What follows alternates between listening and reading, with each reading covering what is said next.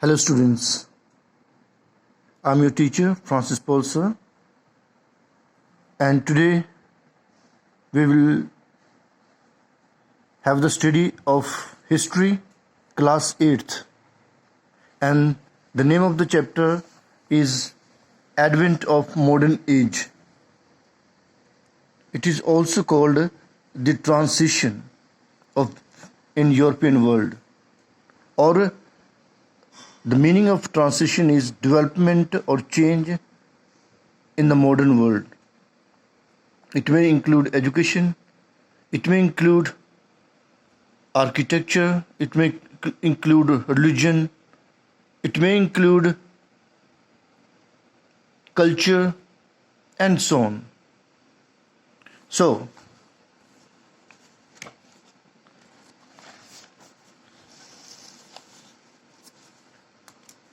there are some factors why a change or a transition took place in the European world. Before and this is 500 AD to 1400 AD. It is called medieval period in Europe. It is also called the Dark Ages in Europe because education declined, culture declined, architecture declined, and the thinking of a man got declined in this period. So that was the background of this chapter. Now we'll try to understand the introduction to this chapter, that is advent of modern age.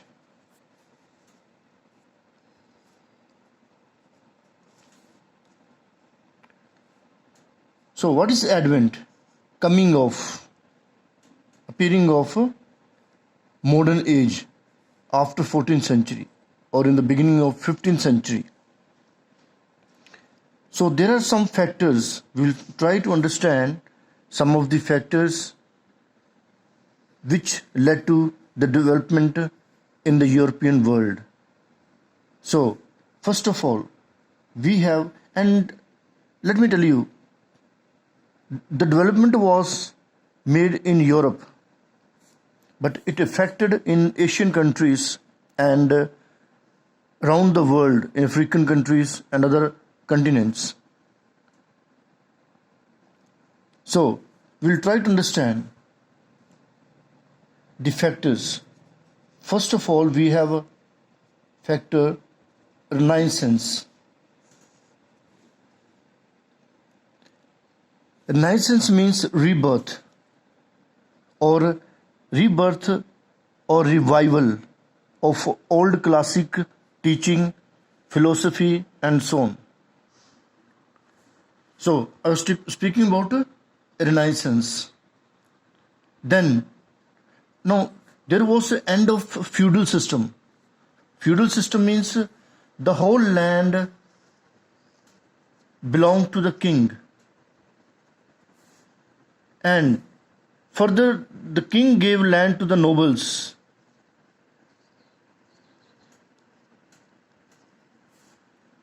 And the nobles gave further land to the officers, and the officers gave land to the peasants to cultivate and look after the fields.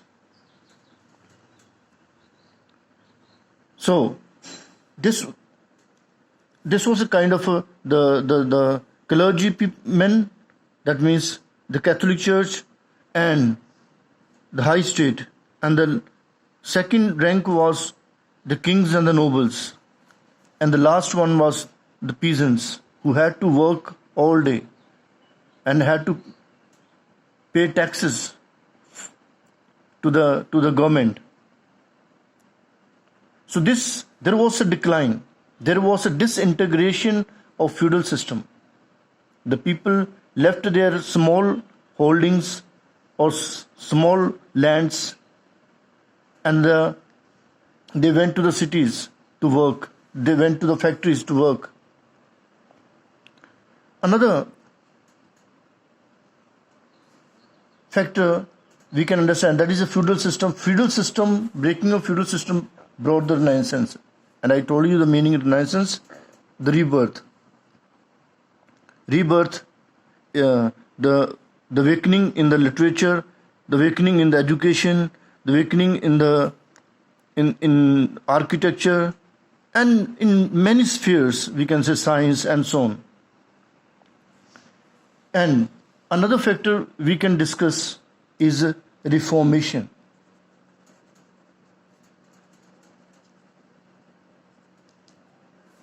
Reformation. Reformation in Christianity, reforms, there were many reformers in Europe, professors, even priests, who rose against the Catholic Church and the teaching and the practices and began to reform Christianity, criticized and began their own churches known as a Protestant churches, and this led to Reformation. And there was a counter-reformation. After a few years, the church realized her mistakes and began to reform herself within. That what were the mistakes? So both followed each other. This is interrelated development. Renaissance and Reformation.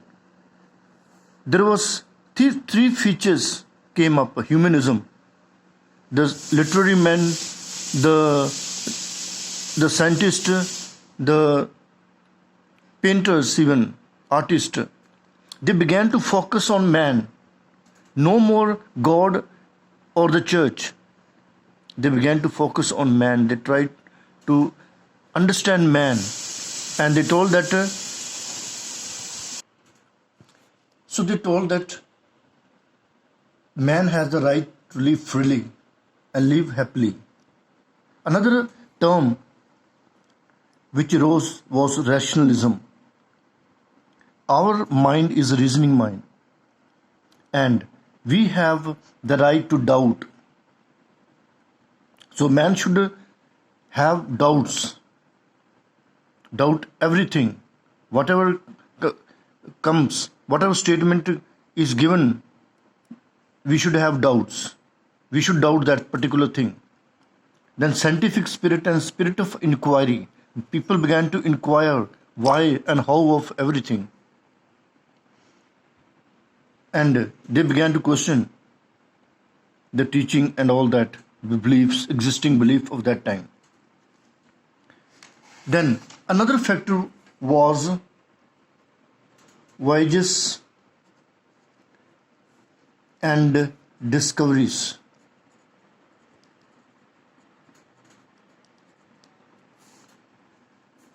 Very daring discoveries took place, sails took place. Christopher Columbus, Bartholomew, Vasco da Gama, they found new sea routes, new lands. America was discovered around 15th century. Australia was discovered. African land was discovered. So, discovery made development a lot. Then, due to this, there was an industrial revolution.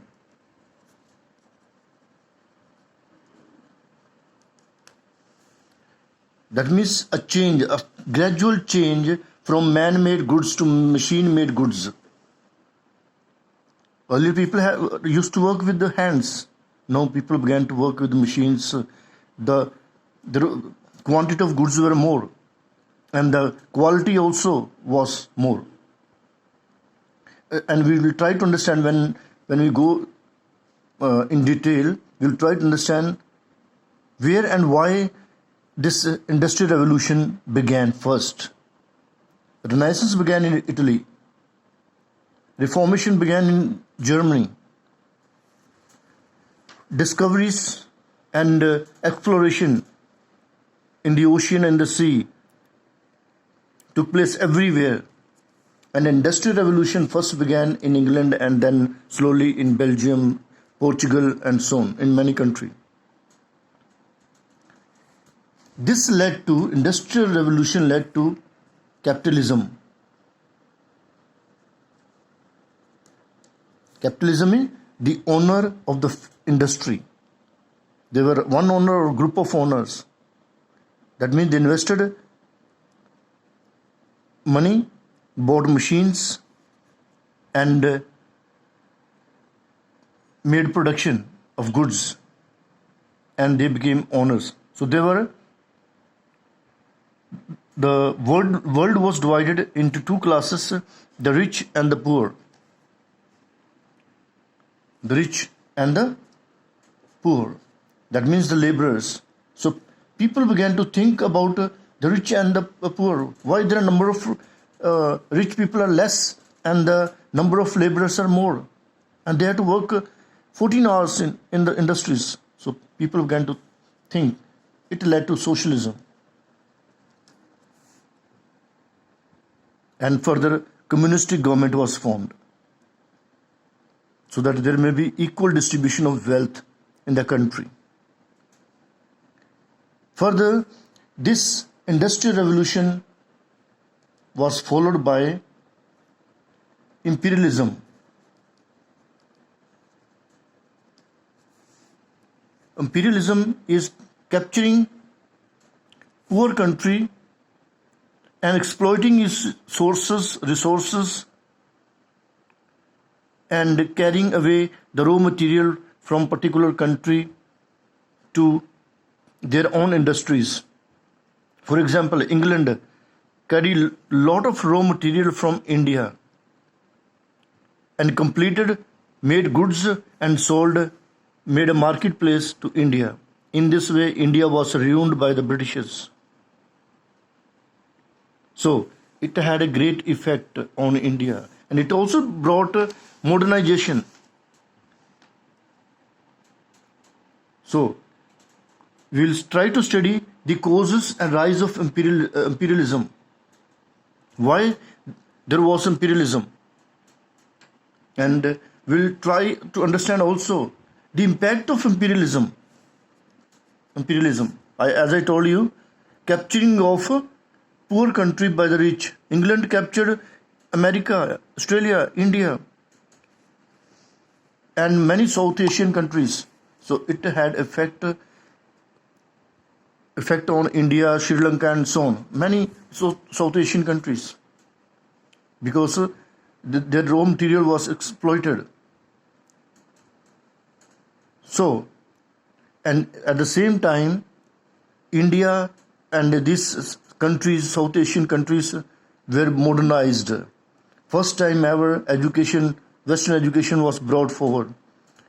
Industries were erected. Railway tracks were erected. So, in this way, even communication was improved in India. So, in this way, there was a great change in India and Asia. So, it is all because of a change in Europe, that is after Renaissance and Reformation, Voyages and Discoveries, Industrial Revolution, capitalism and socialism, and imperialism.